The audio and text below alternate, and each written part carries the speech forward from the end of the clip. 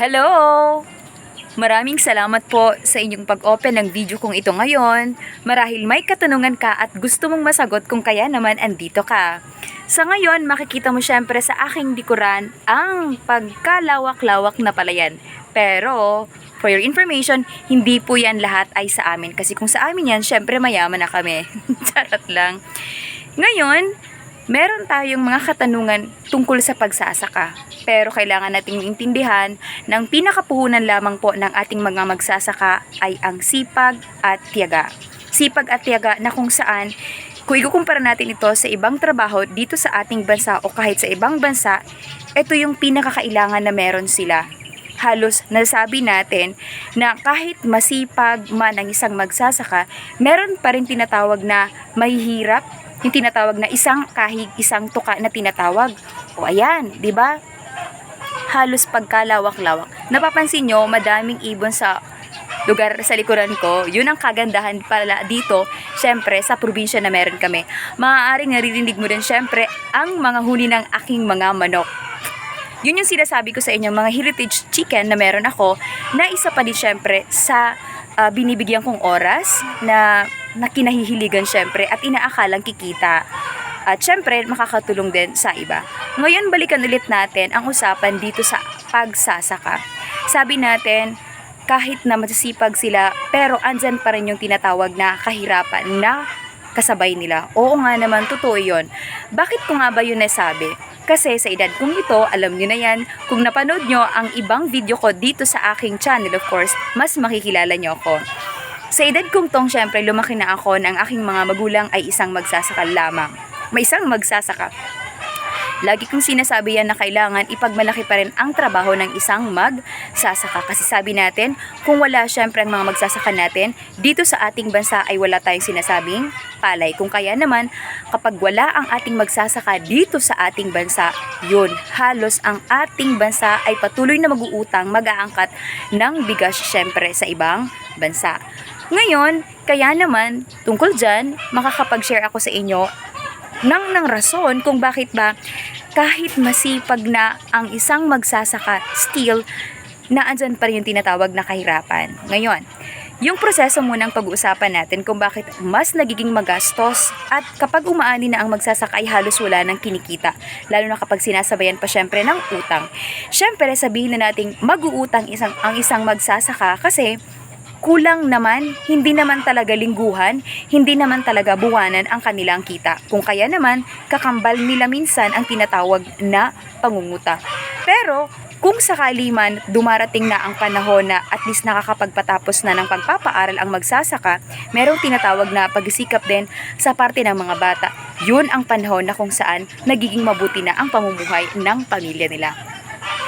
Ngayon, magastos po ang pagtatanim. At ang pag-aani pa rin, kasabay pa din yon sa tinatawag na magastos.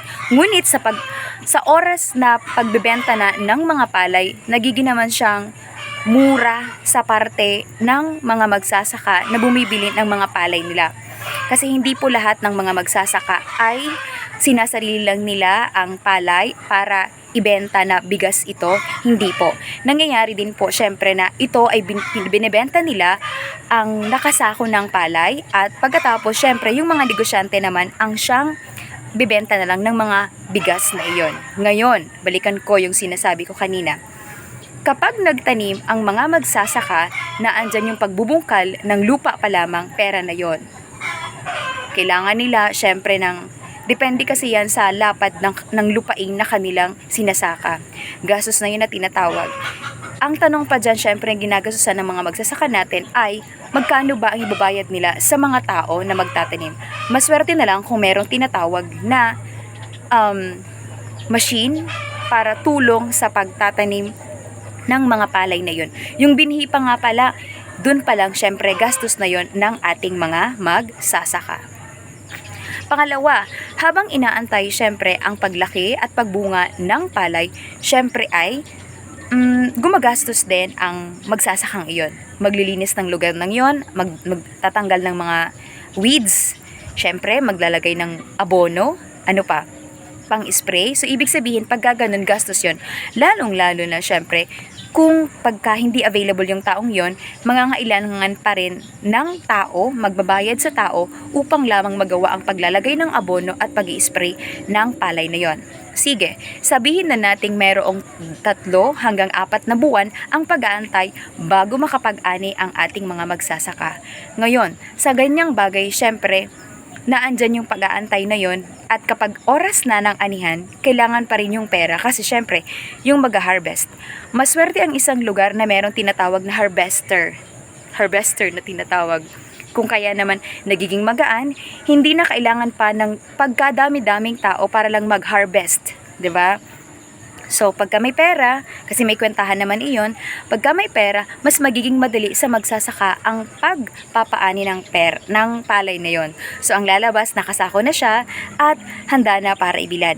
Ngayon, pag pinag-usapan naman natin ang pagbibilad, syempre, magiging na naman iyon na tinatawag na gastos. Kasi, syempre, kailangan pa din ng mga tao. So, yung hirap talaga na andun sa magsasaka kasi kung sa oras ng kanilang pagbibilad aabuti ng ulan, yun ang pinaka nakakaawa. Nakakapagod syempre sa parte ng magsasaka, ng may-ari ng palay na yon. Hindi lang po sa parte ng mga tao na binabayaran na magbilad lang sa araw na yan. Ngayon, sabi ko kanina, hindi lahat ng magsasaka ay may pera. Kung kaya naman, kaakibat nilang tinatawag na pangutang. Mangungutang po sila kailan? Sa oras pa lang ng pagtatin na mangungutang na sila. Sunod naman ay ang kanilang abono na gagamitin. Marahil ay yun din ang nagiging rason para sila ay mangutang. Kung kaya naman, yun ang sinasabi natin na kahit na sobrang sipag syempre ng ating mga magsasaka, naandun pa rin ang tinatawag na kanilang paghihirap.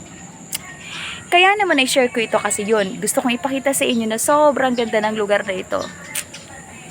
O diba? Yan. Simpleng buhay lang ang meron tayo ngayon, and sana yung na-share ko ngayon ay ma-enjoy mo din, and kung meron man na gusto dyan, i-share, pwedeng i-share, and pwede din pong huwag i-skip ang patalastas kung meron man tayong ads. Okay po? So yan ang kagandahan syempre pag nakatira tayo dito sa palayan na yan. Yan. Sa baba niyan may bayawasan. So makikita mo, yan.